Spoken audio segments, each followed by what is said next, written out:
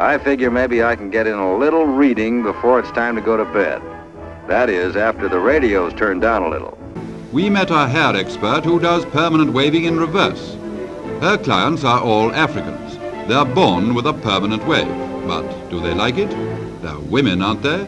Juneteenth, the long overdue recognition of the delayed emancipation of enslaved Black Americans. More than a commemorative holiday, it's a mirror. It reflects both the brutality of our origins and the brilliance of our becoming. For the modern Black woman, Juneteenth is not simply about honoring the past. It's about reclaiming the present and redesigning the future. Freedom as we now understand it isn't just a historical event. It is a daily decision. And for many of us who were born into survival mode, freedom is no longer defined by the absence of chains, but by the presence of peace, rest, beauty, and agency. This video essay seeks to examine what Juneteenth means for us today, particularly Black women, through the lenses of generational trauma, economic liberation, cultural representation, and radical motherhood. So if you like this type of content, be sure to thumbs up this video and subscribe to the channel for more. Grab your tea, grab your coffee, grab your water, because we're about to get into it. Like the Barbie. I'm a doll, but I still wanna party. Pink felt like I'm ready to bend. I'm a 10, so I pull in a 10. Like Daddy. The cost of being the strong Black woman. Generations of Black women have been conditioned to hold it down, to endure pain without pause, and to function under pressure without room to break. This archetype of the strong Black woman, while sometimes romanticized, has in fact been one of the most effective tools of systematic oppression, rooted in the plantation era where enslaved Black women were expected to work just as hard as men while also nursing children who were not their own and still serve their family. The demand for our strength became generational. Over time, this survival mechanism hardened into identity. But let me tell you something, survival is not freedom. Today, we are beginning to interrogate that identity. We are asking ourselves, what is the cost of being strong? At what point does strength become a prison? Our liberation lies in reclaiming softness, rest, and vulnerability, not as weak, but as sacred birthrights. Rest, as Trisha Hershey of the NAP Ministries teaches, is a form of resistance. When we pause, when we care for ourselves deeply, when we choose not to overfunction in our workplaces, homes, or relationships, we are choosing freedom. Economic liberation, from slavery to student loans to the soft life. It is no coincidence that modern Black women's cry for a soft life has grown louder as our economic burdens have increased. After centuries of forced labor, redlining, wage disparities, and the crushing weight of student debt, the desire for leisure, luxury, and financial ease is not shallow. It's sacred. It's ancestral. Our foremothers were never given rest, and many of us are still working twice as hard for half as much. Did I not raise you for better? How many times have I told you you have to be what? You have to be what? Twice. What? Twice as good. Twice as good as them to get half of what they have. Economic liberation means more than financial independence. It means being able to care for ourselves and our families without fear and without scarcity. It means breaking generational cycles of debt, unemployment, and financial codependence, whether it's on the government or other people. It means moving from just surviving to thriving. Not just accumulating wealth, but redefining what wealth even means. Safety, access, joy, beauty, and legacy. In many ways, our quest for the soft life is a spiritual one. Yet we must be honest about how capitalism sometimes distorts it. From Brazilian butt lifts from my hometown to luxury halls funded by debt,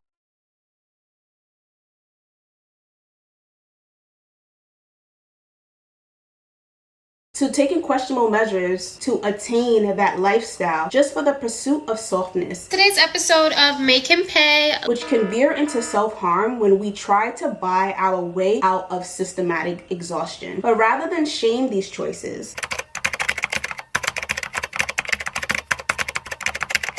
we must examine them as symptoms of a deeper truth. Black women are tired. And while the methods may vary, the core desire is the same. We want ease.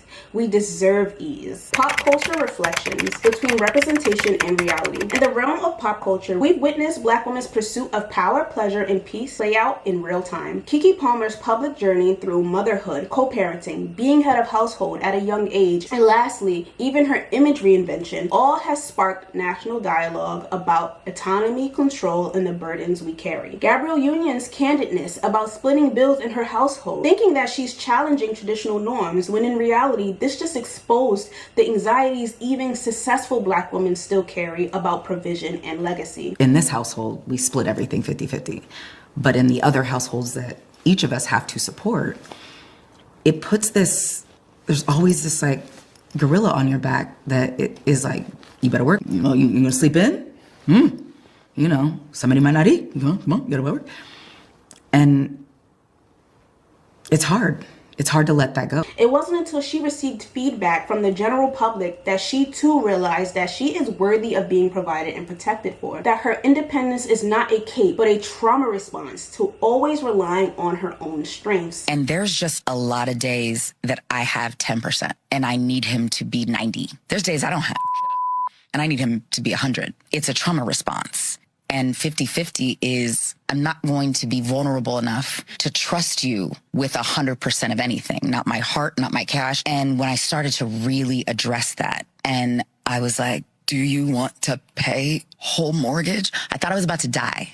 I had such anxiety. Like I was crying, I was shaking. And he was like, you insisted on that. He's like, I thought it made you feel better. I'm like, it did. And right now I want to take it back. Now it sounds crazy to be like, you, Mr. NBA superstar who made a bazillion more amount of money than I do, can pay the mortgage, because I hate the feeling of releasing that. Then there are the darker reflections, like the recent Diddy scandals, which underscore how many Black women in pursuit of access and elevation are still vulnerable to harm in male-dominated power structures. These moments force us to ask, and even down to my analysts on a show such as Daddies allows us to question, at what cost are we chasing luxury? And how can we collectively redefine what luxury truly is? For us, luxury must become less about labels and more about liberation. Less about aesthetics and more about access. It's time to view opulence not as excessive, but as a form of reparation. It's about building lives where we are no longer performing perfection for acceptance, but embodying excellence because we were born for it. Motherhood as resistance. Raising a free generation. As a Black mother myself, raising a daughter in today's world, I understand that how we mother is a political act. I am determined to raise my daughter differently, from a place of design, not default. And I say this because I am someone who did indeed grow up in an urban community. I grew up to a single mom who struggled to make ends meet. I grew up in the Bronx, New York. That is where I'm from, though that is no longer where I reside. I want her to see femininity not as fragility, but as power. To know that softness is not weakness, that boundaries are beautiful, and that she does not have to prove her worth through pain. And yet, Black maternal health remains under attack. From shocking disparities in maternal morality to the weird behavior of the hospitals, father of the C-section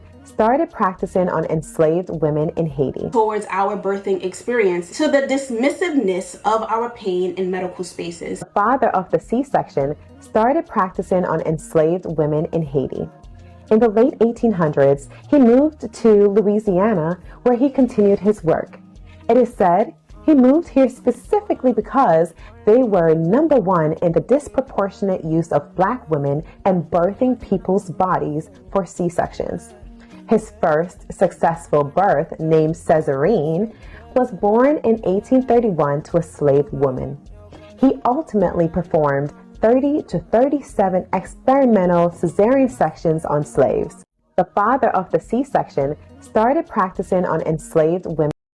Black mothers are still fighting to survive childbirth in the 21st century. Choosing to mother with intentionality, with softness, and with joy is not just parenting, it is resistance. In conclusion, freedom as faith, opulence, and design. Freedom for the modern Black woman is about crafting a life that is not reactionary, but visionary. A life rooted in rest, faith, design, and opulence. Not because it's trendy, but because it is holy. Juneteenth invites us not only to remember that we were once enslaved, but to declare that we will never live an enslaved life again. Not to systems, not to trauma, and not to outdated ideals of strength. So today, I invite you to pause, to rest, to ask yourself, what does freedom look like for me this year? For me, it looks like praying over my home while my daughter naps. It looks like paying off debt. It looks like choosing a man who provides and protects over a man who is a constant burden to me, no matter how much I love that food. It is about wearing soft fabrics, drinking water water out of a crystal glass and saying no without explanation. It looks like trusting God to carry the burdens that once broke me. We are our ancestors' wildest dreams, but we are also God's current masterpiece in motion. And we are so worthy. So worthy. So keep showing up, keep having standards, keep healing, because freedom is ours. Happy Juneteenth, ladies.